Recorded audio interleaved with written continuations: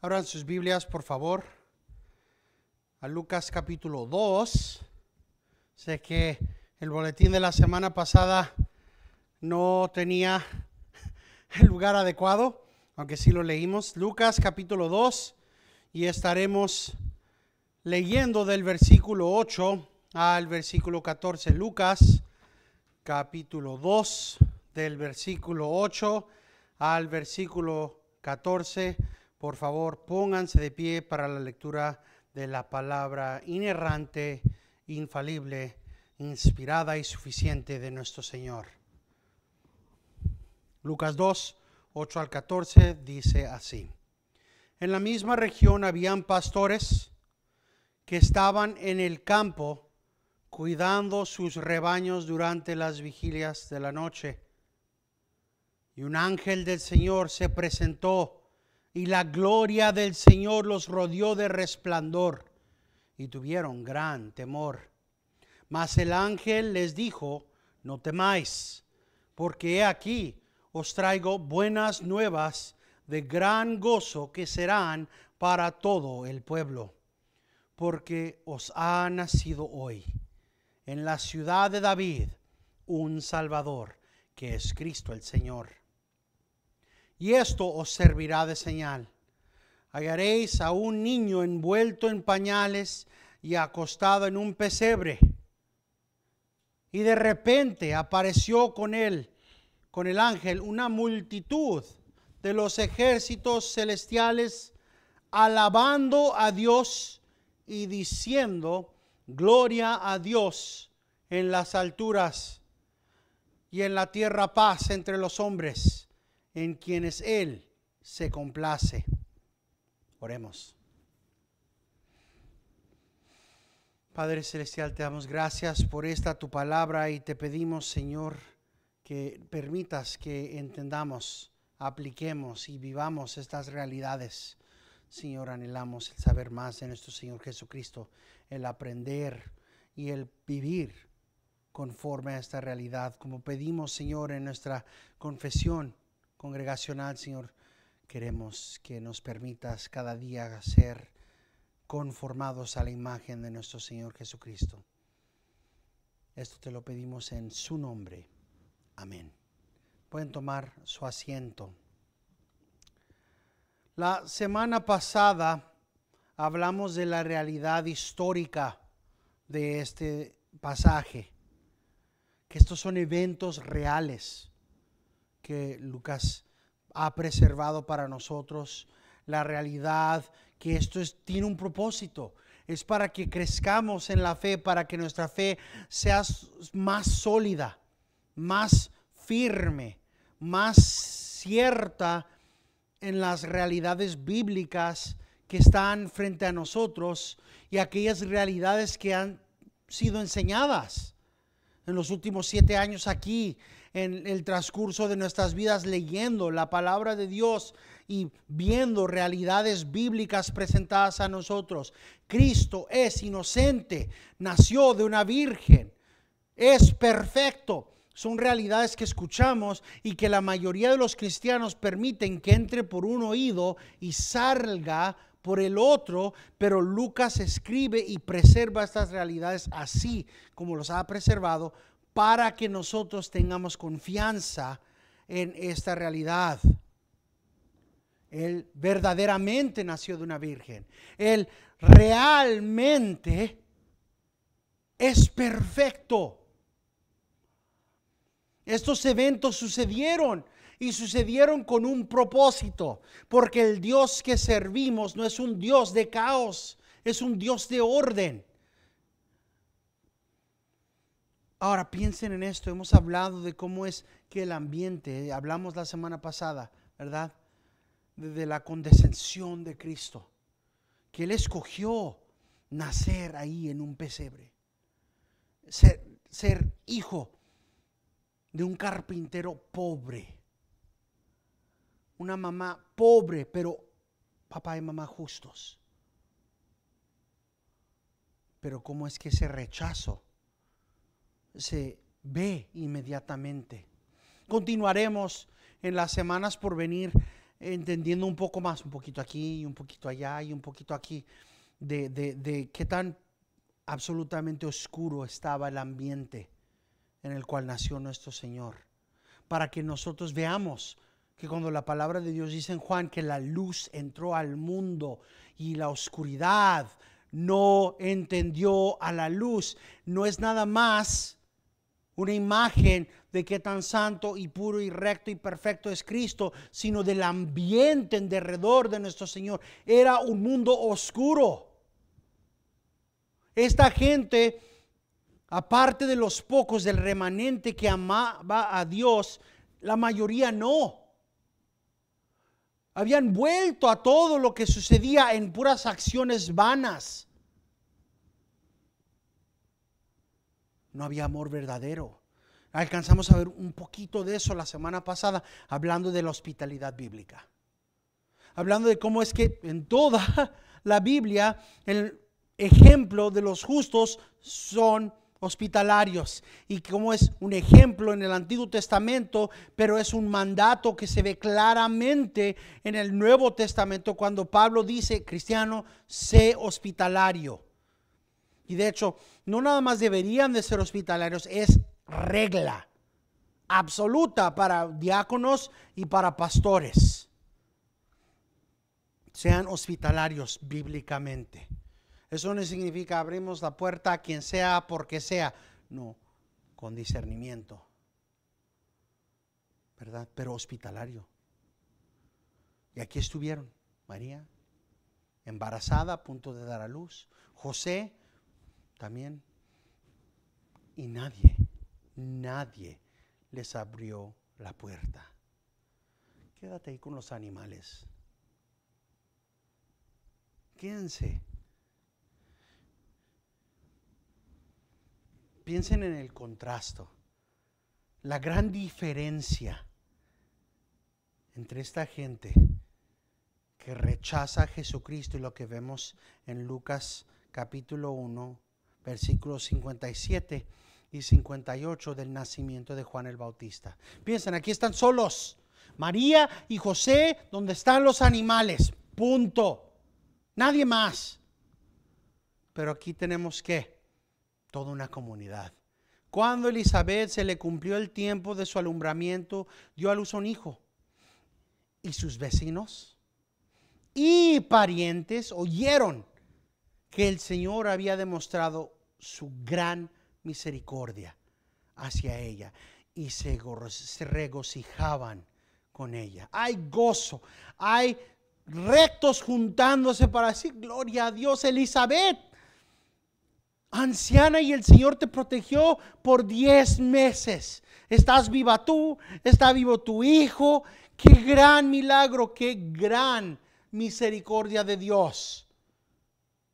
Vecinos justos, familiares, parientes justos, uniéndose, ¿verdad? Porque hablamos de la comunión bíblica cuando estamos aquí, de una comunidad bíblica que celebra juntos, ¿verdad? Era parte de lo que hablamos cuando estábamos aquí. Pero ¿quién estuvo ahí para celebrar? Cuando nació el Rey de Reyes. Solamente su mamá y su papá, envolviéndolo en pañales. Y es algo que deberíamos de considerar cuando estamos viendo más, ¿verdad? Que este mismo Dios, que está tan íntimamente involucrado en su creación, en cada aspecto de la creación. Hablamos esta mañana de Job en el culto de inglés y de cómo es que Dios demuestra su sabiduría hablándole a Job y le dice: ¿dónde estabas tú cuando yo establecí el lugar donde guardo la nieve o el granizo? Y llevar esa realidad a su conclusión final. Cuando hay terremoto, cuando hay huracán, cuando hay lluvia, es porque Dios lo ha hecho. Así de involucrado. No llueve si Dios no quiere que llueva. Llueve, y llueve en grande cuando Dios quiere que lo haga. así, tan íntimamente en cada aspecto. Es por eso que cuando entonamos, ¿verdad? Al oír su voz en los potentes truenos, cuando hablamos de escuchar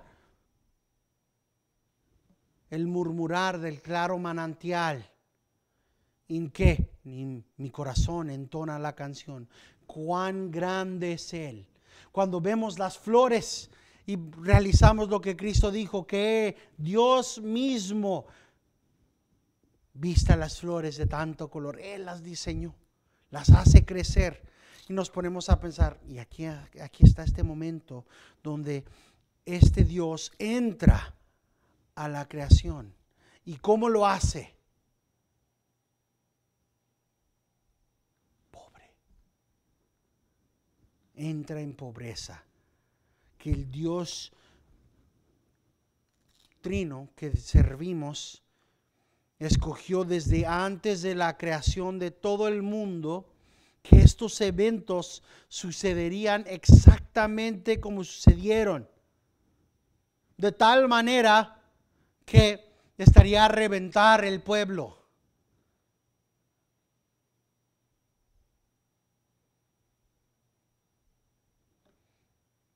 Y que no estuviera en el corazón de nadie el ser hospitable. Todo para cumplir exactamente lo que el Señor dijo en su palabra, que de Belén saldría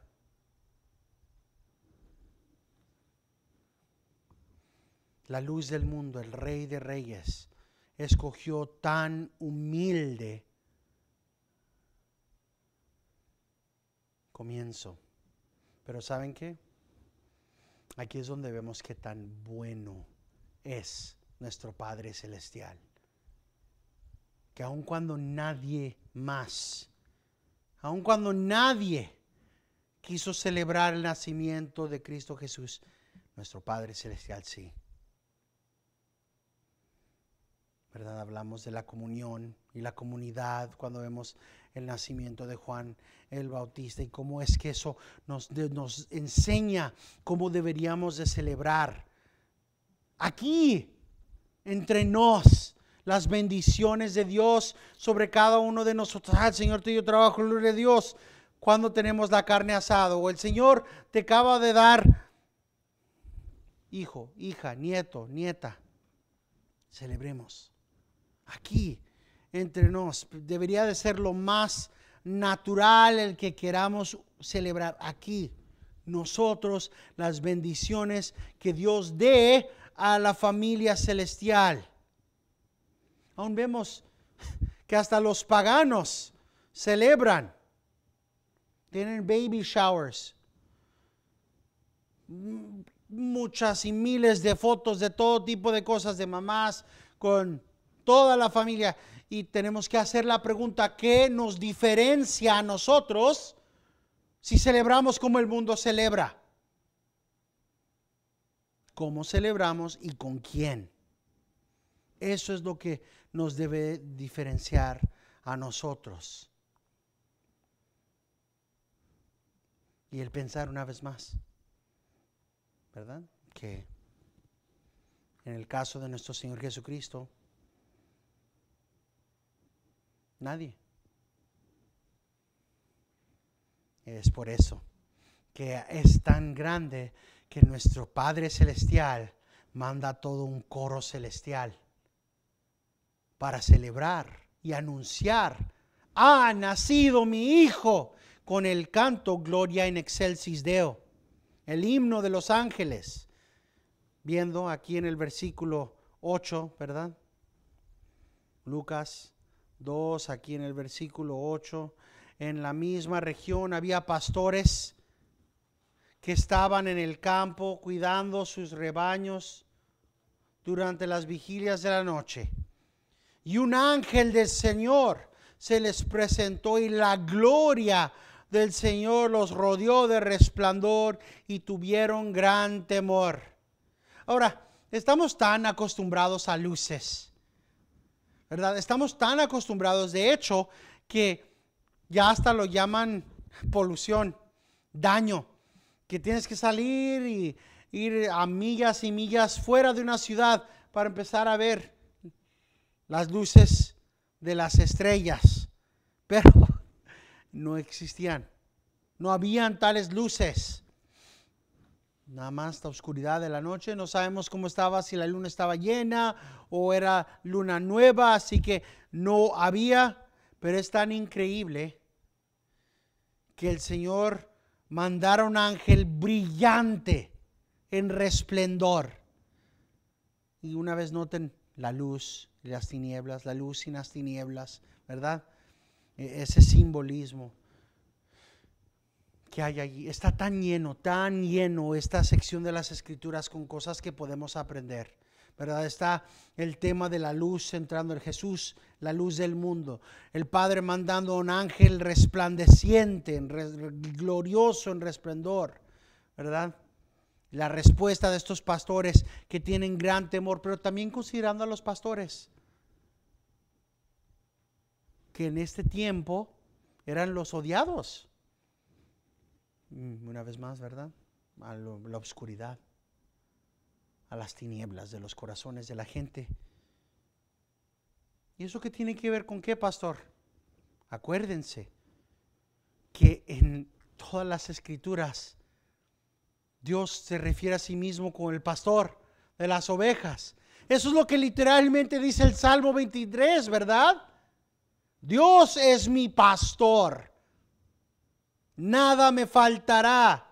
En lugares de delicados pastos me hará yacer, junto a aguas de reposo me pastoreará.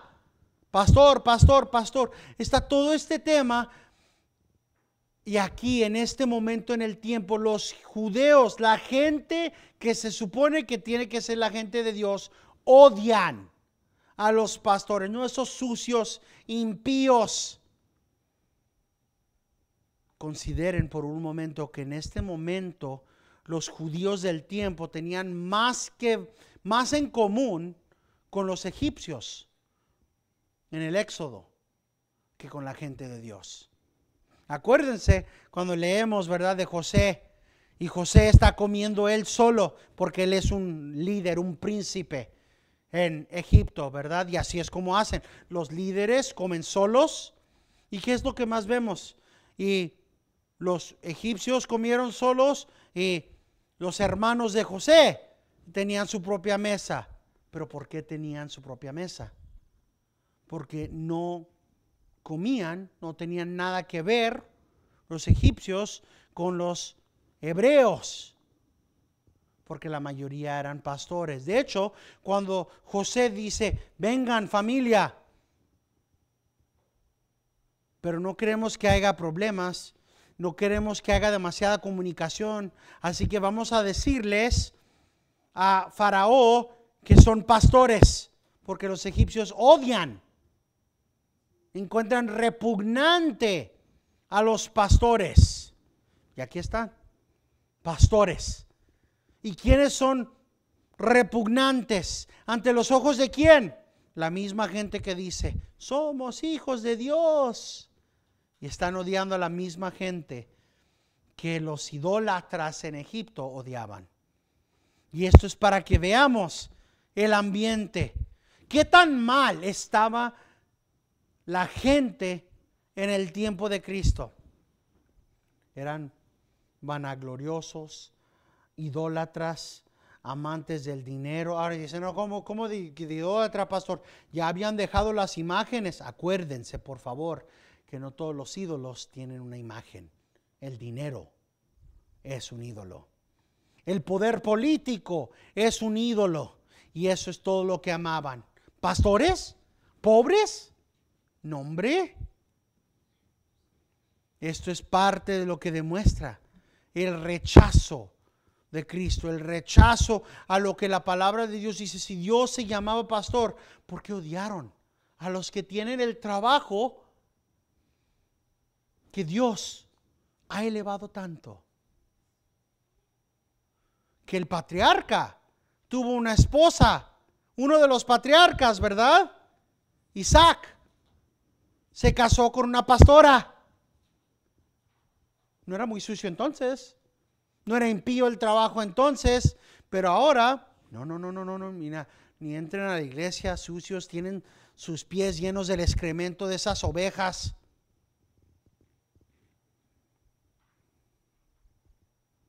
No, pero una cosa más para considerar.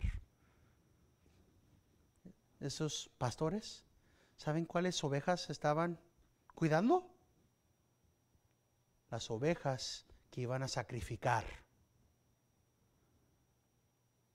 Dice, ¿cómo puede ser tan cierto, pastor, de esta realidad? Bueno, el historiano Josefo grababa para nosotros, si tienen, pues lo pueden buscar, este dato de información, que más o menos sacrificaban anualmente en la Pascua 250,000.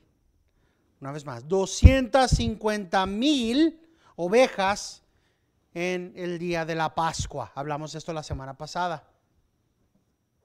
Fácil, la mitad de esas estaban ahí, porque tenían que viajar los judíos de toda el área de Roma si querían obedecer la ley y ofrecer un sacrificio.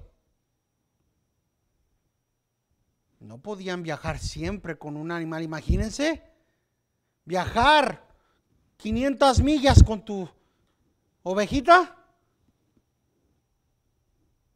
No, ahí la compraban. Estos eran integrales, estos pastores, al sacrificio de la Pascua, y eran odiados.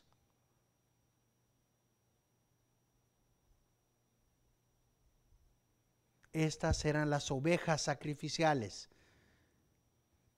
Dice la Iglesia de la Reforma en el comentario, dice, los animales destinados a los sacrificios del tiempo se mantenían al aire libre, incluso en el invierno, a pesar de la dignidad otorgada a los pastores a través de la unción de David por parte de Dios en 2 de Samuel, capítulo 7, versículo 8, 2 de Samuel 7, 8, y de la aplicación del título a sí mismo. En otras palabras, que Dios mismo tomó el título pastor, yo soy pastor. Y eso lo vemos en Génesis 48, 15, en el Salmo 23, Génesis 48, 15, Salmo 23 y Salmo 80, versículo 1. Salmo 80, versículo 1. Una vez os voy a leer esas tres citas. Génesis 48, 15, Salmo 23 y Salmo 80, versículo 1. Aún a pesar de esta realidad, los pastores eran una clase despreciada en la época de Cristo debido a su transitoriedad y a su trabajo que a menudo los hacía ceremonialmente impuros.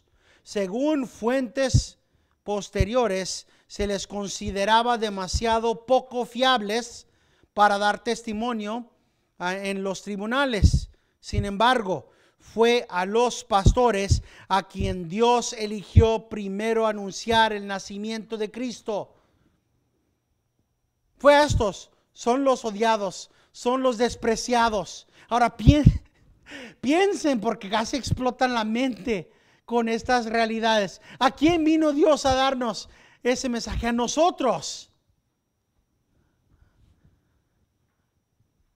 Y demuestra que a los despreciados desde el comienzo Él tiene tan misericordia. El simbolismo del narrativo del nacimiento de Dios nos lleva a la gloria de Dios, cuando literalmente, ¡boom!, brilla en medio de la oscuridad de la noche. Viene el ángel y en el versículo 9 vemos que la reacción es miedo, temor, porque siempre la luz, el resplandor de Dios trae a mente la realidad de nuestra manera pecadora de vivir. Gran temor, no un poco de temor, gran temor. Y continúa Lucas diciéndonos en el versículo 10 al versículo 12, más el ángel les dijo, no temáis, porque aquí os traigo buenas nuevas de gran gozo que serán para todo el pueblo, porque os ha nacido hoy en la ciudad de David un Salvador, que es Cristo el Señor. Y esto os servirá de señal. Hallaréis a un niño envuelto en pañales y acostado en un pesebre. Aprecio cómo es que el pastor J.C. Ryle trae a nuestra atención la importancia de tal nacimiento humilde, el comienzo tan humilde de nuestro Señor y las ramificaciones bíblicas. Dice, deberíamos recordar las palabras de Santiago al leer estas palabras. ¿Acaso Dios no escogió a los pobres de este mundo para ser ricos en fe y herederos del reino que Él prometió a los que le aman? Santiago 2, versículo 5. La falta de dinero no excluye a nadie de los privilegios espirituales. Las cosas del reino de Dios a menudo están ocultas para los grandes y nobles y revelados a los pobres. El arduo trabajo manual no debe impedir que un hombre sea favorecido con una comunión especial con Dios. Moisés estaba cuidando ovejas, Gedeón estaba trillando trigo y Eliseo estaba arando, cuando cada uno fue honrado con llamados y revelaciones directas de Dios. Resistamos la sugerencia de Satanás de que la religión no es para el trabajador. Los débiles del mundo son llamados a menudo antes que los poderosos. Los últimos son a menudo los primeros y los primeros los últimos. Es bueno que tomemos estas realidades a nuestra mente, porque vivimos en un mundo material. Vivimos en un mundo donde tener las cosas más nuevas son las cosas importantes. Piénsenlo. Empieza desde la juventud. Los niños tienen que tener la ropa de cierta marca, o si no, no son cool, no son chidos, no son padres. Si no tengo la camisa Aeropostale, o si no tengo Abercrombie y Fitch, si no estoy con los Nikes más chidos, no soy alguien. ¿Y qué hacen los papás y las mamás cristianas? No, pues sí, no quiero que sufra mi hijo. No, mi hija, no quiero que piensen que usted sea una nerd. ¿Qué importa eso? Lo que están enseñándole a los niños, ¿sabes qué se importa? Si importa la marca de ropa que usas, si importa que piense el mundo que eres, y cuánta gente hace esto y es idolatría por el lujurio del mundo. Las cosas más nuevas simplemente por tener lo más nuevo. Mira, acabo de comprar esta podadora de césped. Es la más excelente del mundo. Sí. No, pues ha de ser muy útil. No voy a usar. No la vas a usar. No, es nueva. ¿Para qué la voy a usar? ¿Para arruinarla? Es una podadora de césped. Las cosas más brillantes, más caras, todo para ser símbolos de estatus. ¿A poco tú manejas una Toyota? Mira, yo tengo un Lexus. Y los que tienen el Lexus, sí, mira, tú tienes un Lexus. Yo tengo X marca, Alfa Romeo. No. Es una mentalidad que se llevan hasta cuando ya son adultos. No hay nada más triste que ver a un adulto que tiene que tener algo de marca. Y créanme que existe en todo. Los rancheros tienen sus marcas. Tienen sus marcas. No, si no es Wrangler, no es nada. Si no tienes una camisa de este tipo, no es nada. Si no tienes botas que son esta marca, no son nada. Si no son Durango, no son nada. Si no son X.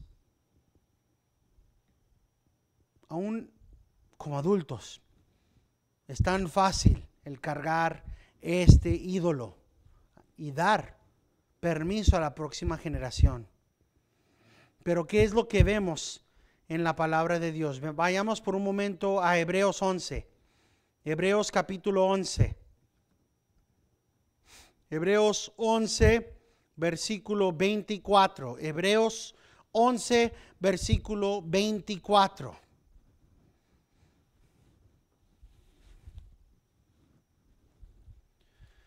Hebreos 11, versículo 24 y 25. Por la fe, Moisés, cuando era ya grande, rehusó ser llamado hijo de la hija de Faraón, escogiendo antes ser maltratado con el pueblo de Dios que gozar de los placeres temporales del pecado. Esa es la mentalidad cristiana. Tienes acceso a todo, especialmente si vives en esta nación. Es una acción voluntaria, una acción de voluntad el no vivir como el resto del mundo. Moisés puede ser príncipe, puede ser el hijo de la hija de Faraón. ¿Sabes qué significa eso? Tienes acceso a todo lo que se te dé la gana. Puedes hacer lo que tú quieras y nadie te puede decir que no. Puede que eres de la familia real. ¿Cómo debemos de vivir? Primera de Juan, capítulo 2. Primera de Juan, capítulo 2. Primera de Juan, capítulo 2, versículo 15 al 17. Primera de Juan, capítulo 2, versículo 15 al 17. No puede ser más claro de lo que está aquí. No améis al mundo, ni las cosas que están en el mundo. Si alguno ama al mundo, el amor del Padre no está en él. Porque todo lo que hay en el mundo, la pasión de la carne, la pasión de los ojos, la arrogancia de la vida, no proviene del Padre, sino del mundo. Y el mundo pasa, y también sus pasiones. Pero el que hace la voluntad de Dios permanece para siempre. Estas cosas pasan. Un mes es una marca, el otro es la otra. Ahora, hasta los teléfonos y las computadoras llegaron a ser así. No sé si se acuerdan el punto en tiempo cuando podía tener una computadora y no era absolutamente inútil esa computadora dentro de un año. Era en los 90s. Cuando podían tener una computadora y esa computadora se supone que era la computadora familiar y la tenían por unos 5, 10 años y se supone que era buena computadora. Y así las vendían, la computadora familiar, generacional, va a durar todo. ¿Y ahora qué? Es que esa computadora ya no sirve. Ay, ¿a poco tienes celular X, el iPhone 8? Esa cosa ya está anticuada. Ya estamos en el iPhone 25, versión 2. No estamos ahí, ¿verdad? Pero es igual. Ya no sirven. Tienen que tener la cosa más nueva. Y el cristiano tiene que ir aprendiendo a ser práctico. Mientras dure, mientras funcione. No amar lo más nuevo. Está perfectamente claro. No ames al mundo, porque ya sabemos que la sabiduría del mundo y el mundo es diabólico, demoníaco. Ni las cosas que están en el mundo. No las ames. Si alguno ama al mundo, el amor del Padre no está en él. Es simple. Porque todo lo que hay en el mundo, la pasión de la carne, sea atascarse con comida, atascarse con drogas, el ir a las prostitutas, el venderse, como tantos lo hacen ahora en el internet. La pasión de la carne, la pasión de los ojos, va par y par con eso. Tengo que tener lo más nuevo, el vehículo más X. La arrogancia de la vida. Mira qué tan absolutamente estéticamente perfecto. ¿Saben? Al hermano Aarón y a mí nos han atacado tantas veces por decir que ni un hombre ni una mujer cristiana tiene ninguna razón para andar poniendo fotos de sí mismo con casi nada de ropa. Todo para decir, mira cuánto peso he perdido. No es el ser modesto. Es el seguir lo que hace el mundo. Eso no es el gloriarse en el Señor por el adecuado mayordomio del cuerpo. Estas cosas son pasajeras. No proviene del Padre, sino del mundo. El mundo pasa y también sus pasiones. Pero el que hace, una vez más, acción, ¿verdad? El que hace la voluntad de Dios permanece para siempre. Continuemos en 2 de Corintios 8, 9. 2 de Corintios capítulo 8, versículo 9 dice, porque conocéis la gracia de nuestro Señor Jesucristo, que siendo rico, sin embargo, por amor a vosotros se hizo pobre, para que vosotros, por medio de su pobreza, llegaráis a ser ricos. O podemos ir a 1 de Corintios, capítulo 1, versículo 27 y 28. 1 de Corintios, capítulo 1, versículo 27 y 28. Sino que Dios ha escogido lo necio del mundo para avergonzar a los sabios. Y Dios ha escogido lo débil del mundo para avergonzar a lo que es fuerte. Y lo vil y despreciado del mundo ha escogido Dios lo que no es para anular lo que es. ¿A quién escogió Dios? A esos pastores. A esos pastores que estuvieron ahí, despreciados, odiados.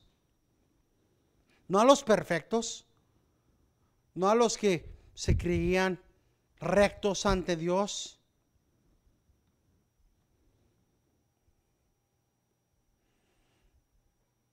Nuestro Señor habló en contra exactamente de estas cosas.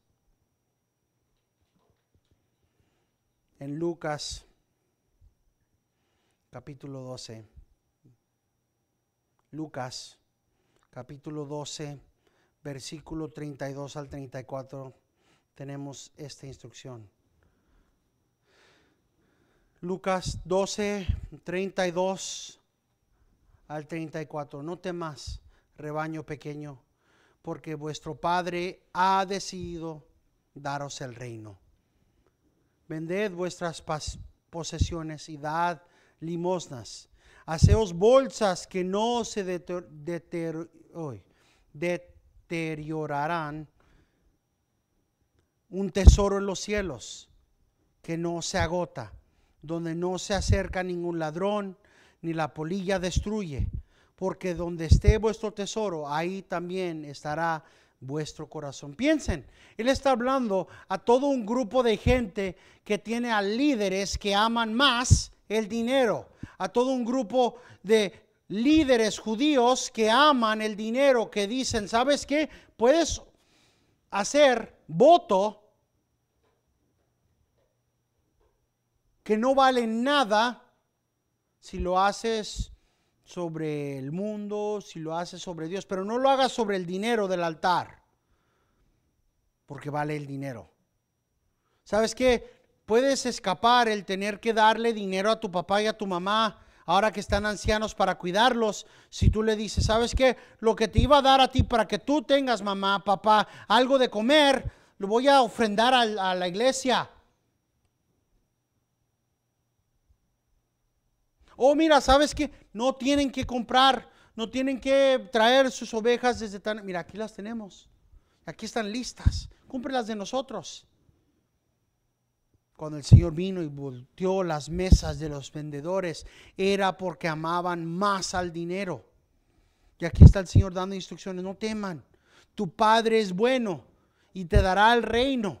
No hagas tesoros en el mundo. Haz tesoro celestial. De hecho, vemos aún en el Apocalipsis cómo habla el Señor de tales cosas. Apocalipsis 2, 9. Apocalipsis 2, versículo 9. Cómo habla la iglesia de Esmirna, diciendo: yo conozco tu tribulación y tu pobreza, pero tú eres rico. Y la blasfemia de los que dicen ser judíos y no lo son, sino que son sinagoga de Satanás. Se creen hijos de Dios, son sinagoga de Satanás. Tú piensas que eres pobre, pero eres rico en Cristo. No hemos de ir en pos de tales cosas. Está toda esta pobreza. Sin embargo, nuestro Padre Celestial celebra, aún en medio de este sándwich de pobreza y humildad, nuestro Padre Celestial celebra con proclamación angelical la gloria in excelsis Deo. Versículos 13 y 14, regresando donde estábamos. Y de repente apareció con el ángel una multitud de los ejércitos celestiales, alabando a Dios, diciendo, gloria a Dios en las alturas, y en la tierra paz entre los hombres en quienes Él se complace.